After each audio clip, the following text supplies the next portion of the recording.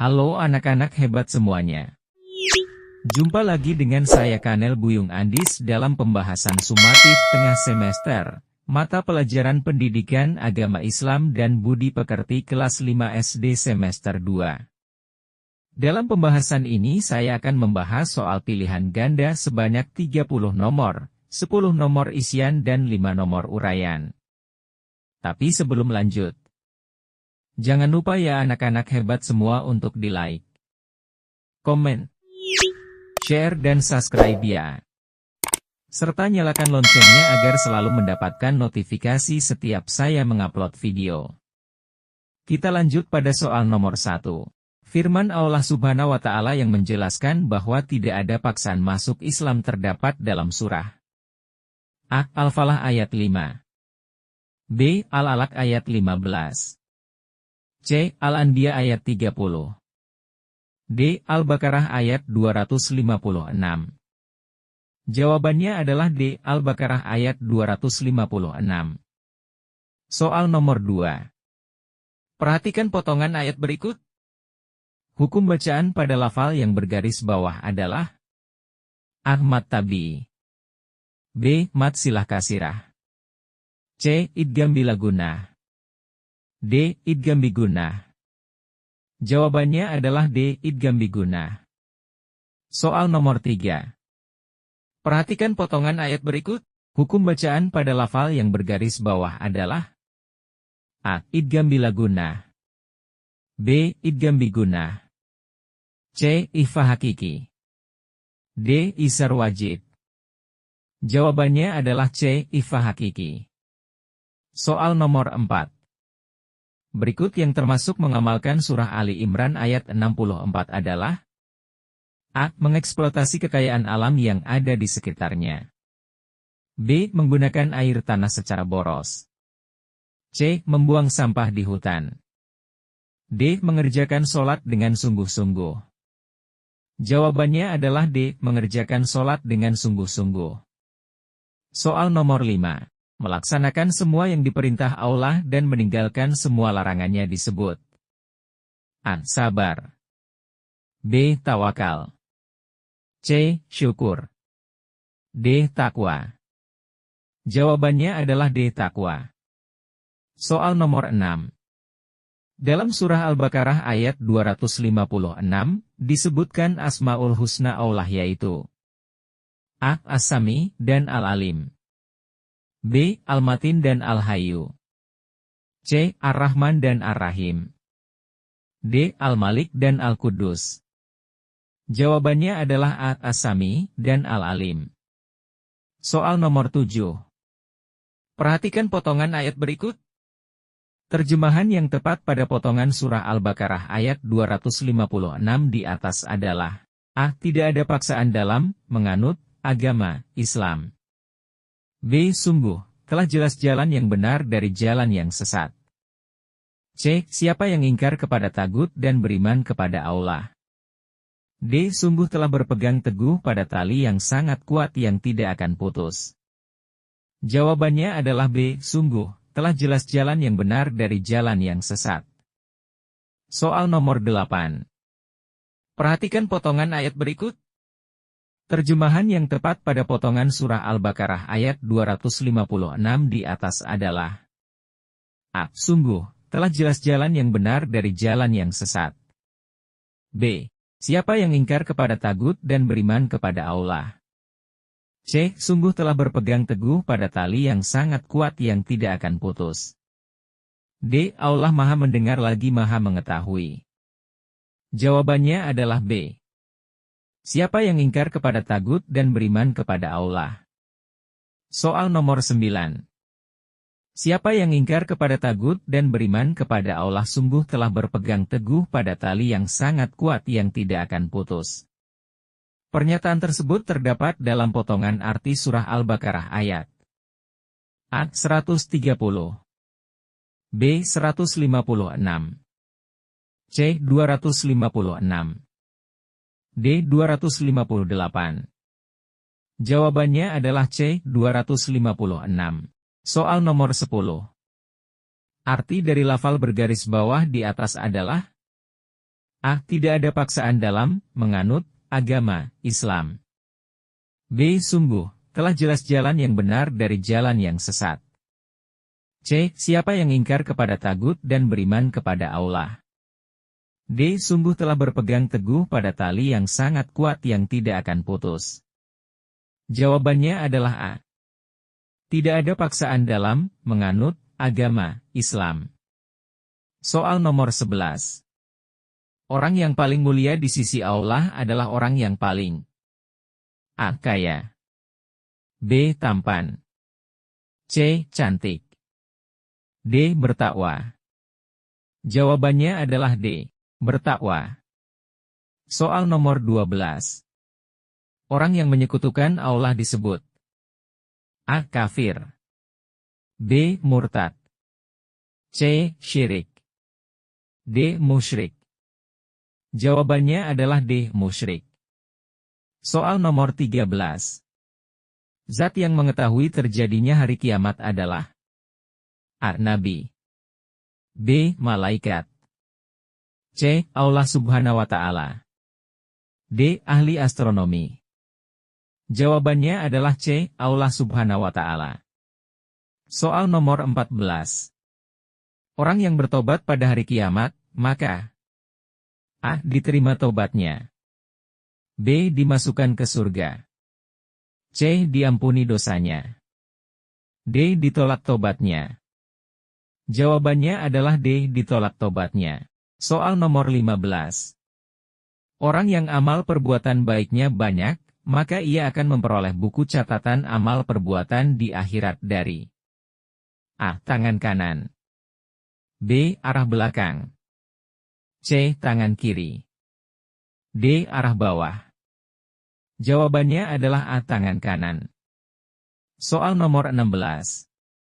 Di hari kiamat nanti semua orang dalam keadaan A. Kedinginan, B. Kecapean, C. Kehujanan, D. Ketakutan. Jawabannya adalah D. Ketakutan. Soal nomor 17. Di akhirat nanti manusia akan melewati jalan yang menghubungkan antara surga dan neraka yang disebut A. Jannatul Firdaus, B. Siratal Mustaqim, C. Siratal Lazi, D. Jahanam. Jawabannya adalah B. Siratal Mustaqim. Soal nomor 18. Semua manusia akan dibangkitkan dari kubur pada hari akhir nanti dan dikumpulkan di sebuah tempat yang disebut padang, A. Savana, B. Mahsyar, C. Hasyir, D. Barzah. Jawabannya adalah B. Mahsyar. Soal nomor 19. Salah satu tanda akan datangnya hari kiamat adalah diutusnya Nabi Muhammad SAW.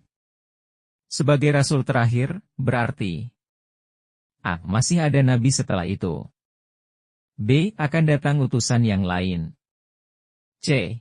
Tidak ada Rasul atau Nabi setelah kenabian Muhammad, D. Akan ada imam tunggal pengganti Rasul. Jawabannya adalah C. Tidak ada Rasul atau Nabi setelah kenabian Muhammad. Soal nomor 20. Hari kiamat disebut juga Yaumul Zalzalah. Sebab, pada hari kiamat kelak A. Seluruh manusia dibangkitkan dari kuburnya, B. Amal dan perbuatan manusia di dunia akan dihitung, C. Seluruh manusia dikumpulkan dalam satu tempat, D. Bumi diguncangkan dengan guncangan yang amat dahsyat. Jawabannya adalah D. Bumi diguncangkan dengan guncangan yang amat dahsyat. Soal nomor 21. Dalam pertemanan, Islam mengajarkan kita untuk tolong-menolong dalam hal A. Kejahatan, B. Keburukan, C. Kesalahan, D. Kebaikan. Jawabannya adalah D. Kebaikan. Soal nomor 22. Terhadap teman yang berbeda suku, kita harus bersikap A. Mencela, B. Mengejek, C. Menghargai, D. Menjauhi. Jawabannya adalah C. Menghargai. Soal nomor 23. Berikut ini yang bukan merupakan adab Islam terhadap saudara adalah: A. Menolong jika diberi imbalan. B. Memberi hadiah jika berprestasi. C. Memaafkan kesalahan yang diperbuat. D. Berkata dengan ucapan lemah lembut. Jawabannya adalah A. Menolong jika diberi imbalan. Soal nomor 24. Manfaat utama silaturahmi dengan berkunjung ke rumah teman adalah: A. Mendapat makanan dan minuman. B. Berkenalan dengan saudara teman. C. Memperoleh mainan yang bagus. D. Meluaskan rezeki dan memanjangkan umur. Jawabannya adalah D. Meluaskan rezeki dan memanjangkan umur. Soal nomor 25.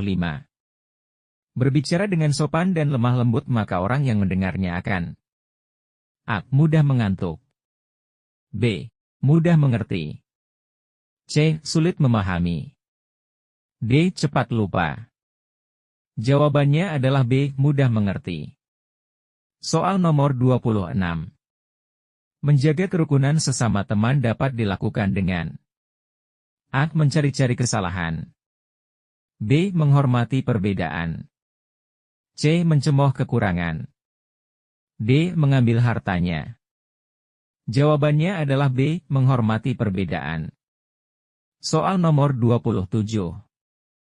Larangan mengambil hak orang lain dengan jalan batil dijelaskan Allah Subhanahu wa Ta'ala dalam Al-Quran Surah A. Al-Baqarah ayat 225.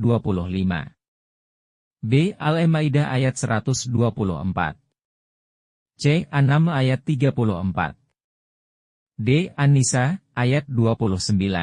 Jawabannya adalah D. An-Nisa ayat 29. Soal nomor 28. Saling menolong dan mendoakan merupakan adab Islam terhadap: A. Musuh. B. Lawan. C. Saudara. D. Saingan. Jawabannya adalah C. Saudara. Soal nomor 29. Perintah Allah Subhanahu wa Ta'ala untuk tolong-menolong dalam kebaikan dijelaskan dalam Al-Quran Surah A. Al-Baqarah ayat 45. B. Al-Maidah ayat 2. C. Ali Imran ayat 36. D. An-Naml ayat 31. Jawabannya adalah B. Al-Maidah ayat 2. Soal nomor 30. Perhatikan potongan ayat berikut ini. Potongan ayat di atas menjelaskan bahwa A. Memaafkan kesalahan harus ikhlas. B. Menutupi aib saudara. C. Orang mukmin itu bersaudara. D. Menghormati kakak itu wajib. Jawabannya adalah C. Orang mukmin itu bersaudara. Sekarang kita masuk pada soal isian. Soal nomor 1. Lafal yang bergaris bawah di atas memiliki arti. Jawabannya adalah saksikanlah. Soal nomor 2. Lafal yang bergaris bawah mengandung hukum bacaan. Jawabannya adalah isar halki. Soal nomor 3. Menyembah kepada selain Allah Subhanahu wa Ta'ala termasuk perbuatan.